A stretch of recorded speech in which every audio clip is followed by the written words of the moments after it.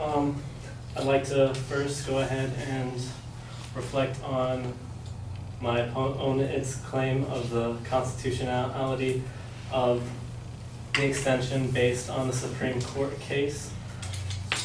The biggest problem with continually extending the copyright is the fact is that constitutionally it's a limited time. The fact is we keep postponing it and extending it again would make it even more perpetual and out of reach of the public, which is not what the Constitution stated.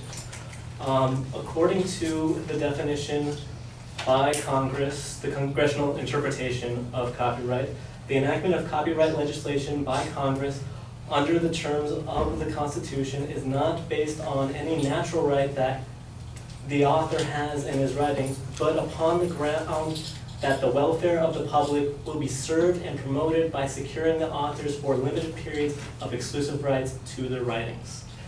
It's assuring the author, the original author, is the exclusive right for a limited time. Those are the key points consistent throughout many Supreme Court decisions and throughout history. The biggest problem with that Supreme Court decision is that it was brought up again with another copyright extension, is that they would see the perpetualness. What they referred to the first time was case precedent, which was the other copyright acts and how their constitutionality was not called into effect. But a continual perpetualness would cause them to possibly reconsider with the next piece of legislation. I'd like to go ahead and quote Feast Publication Inc. v. Rule. The primary objective of the copyright is not to reward the labor of authors, but to promote the progress of science and useful arts. To this end, copyright assures authors the rights in their original expression, but encourages others to build freely upon the ideas and information conveyed by a work. We're supposed to be bringing each other up, not holding each other down by holding these copyrights forever.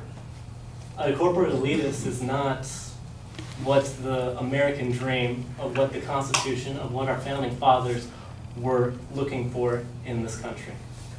Time? You got 1 minute. Okay, 1 minute. Let me see if I can pull one more quote from Goldstein v. California. It should be not forgotten that the founders intended copyright itself to be the engine of fierce expression. By establishing a marketable right to the use of one's expression, copyright supplies the economic incentive to create and disseminate ideas. Copyright is meant to make people want to create new ideas. That's the important part of copyright. When you create a new idea, you don't want someone to steal it right away. You want your authorship to gain you revenue. But that is only the secondary nature of copyright. The first is to further science and the arts.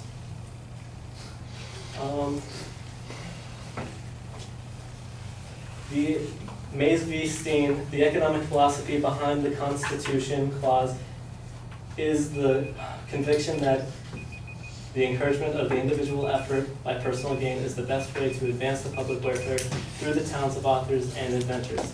Sacrificial days devoted to such creative activities deserve rewards and commensurate with the services rendered. Just a reminder that that's the secondary point of copyright.